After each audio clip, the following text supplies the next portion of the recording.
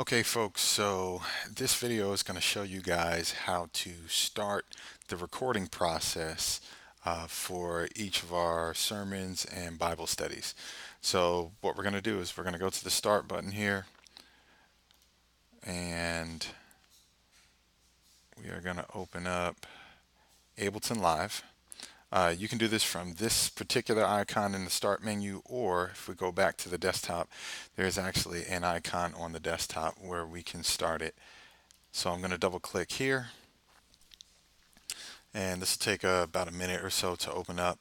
And once this opens up fully, I'll show you where we're gonna make two different selections, and that will enable us to start recording here. So the first thing you're gonna see here is this column here that shows you the audio that you're recording. So what we want to do is we want to go to the audio from, and you see here where it says the half selection here.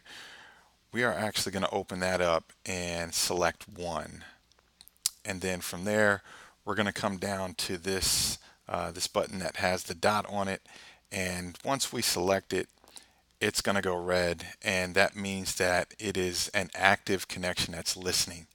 Okay, so if there were any sort of sound that were coming through the soundboard, it would also be directed to this particular computer. So it will be listening for uh, any sort of microphones or any instruments that are plugged into the system.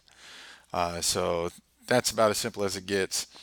Once this is on and it is listening, the last thing that we have to do here in order to actively record is to go ahead and click the first button here.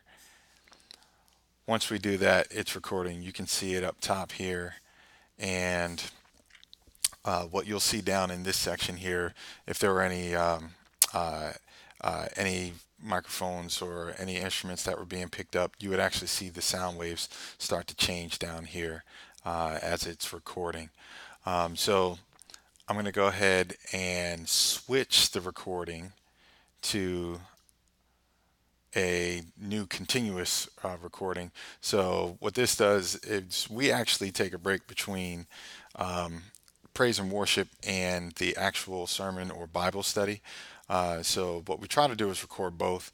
It doesn't always happen. Sometimes we just get the sermon. Sometimes we just have one big file that has both praise and worship and the actual teaching on it.